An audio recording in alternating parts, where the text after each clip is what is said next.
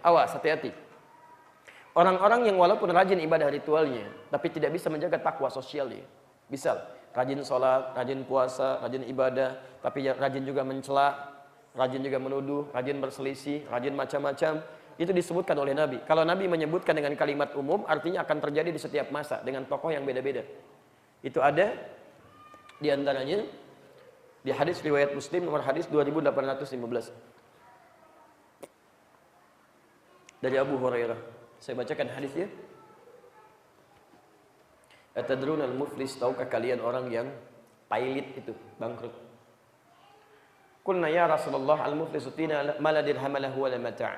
Kami katakan ya Rasulullah, orang pailit itu orang yang sudah enggak punya uang sepeser pun, enggak ada aset sedikit pun. Logis ya? Sekarang perhatikan. Al-muflisu min ummati, orang pailit dari umatku itu. Ingat, Nabi tidak menyebut umatnya Musa atau Isa, tapi umatku. Ada orang yang mengaku umatnya Nabi Muhammad, tapi disebut pailit oleh Nabi di akhirat nanti. Ya'ti yaumal qiyamati bi sholatin. Datang di hari kiamat dengan pahala salat yang cukup banyak. An-in itu diantara maknanya banyak. Banyak. Wasyamin, puasanya rajin. Wa zakatin, zakatnya jarang tertunda. Wa ya'ti qad syatama hadza. Cuman sayang, kadang juga sering celah orang lain. Wa qadhafa hadza, kadang menuduh orang lain. Wa akala mala hadza, mengambil hak orang lain tanpa dibenarkan. Wa daraba hadza, ada yang senang berselisih, bahkan sampai secara fisikal. Awas, hati-hati. Puncaknya wasafa kadama hadza, ada yang menumpahkan darah saudaranya, bahkan menyebut nama Allah di dalamnya. Tembak orang, bom orang, Allahu Akbar tanpa kaidah yang dibenarkan. Itu keliru fatal. Bagaimana hukumnya kalau ada orang salat bersamaan dengan itu orang maksiat? Lihat. Tu'khadhu hadza min hasanati wa hadza min hasanati.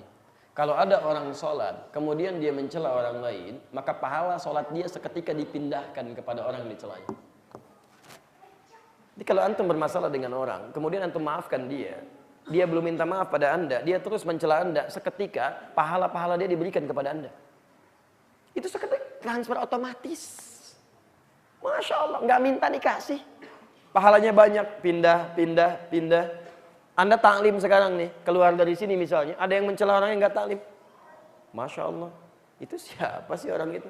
Itu Pak, tetangga di sini, tahu nggak Pak ya? Selama di sini, nggak pernah mau ke masjid Pak ya, apalagi taklim. Mudah-mudahan aja Pak, barangkali belum dapat hidayah Pak ya.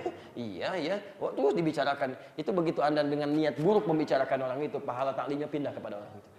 Seketika, padahal dia nggak ikut taklim. Datang orang lagi datang, kenapa sih? Itu tuh orang itu, oh iya ya, nggak nyangka ya, nyangka tuh, masya Allah, gabung lagi di situ, pindah 3 orang, orang itu cuma nerima aja, padahal nggak ikutan. Yang satu tiba-tiba mengatakan, alhamdulillah Ustaz, saya enggak, bagus, nggak seperti mereka itu tuh, masya Allah, kena juga.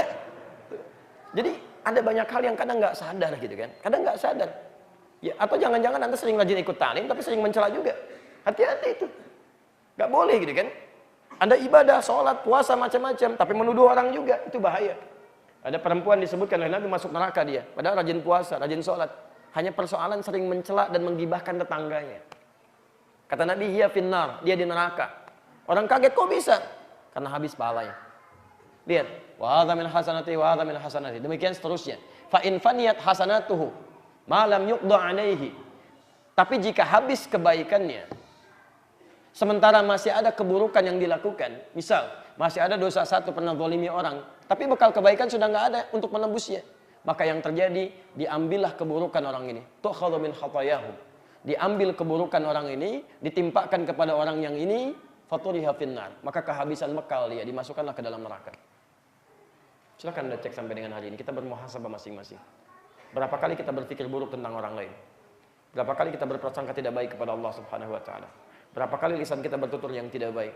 Jangan-jangan seringkali kita mengajak pada taklim sesuai Al-Quran, Sunnah, tingkatkan takwa, tapi perilaku kita tidak menunjukkan sifat ketakwaan pada Allah Subhanahu wa taala.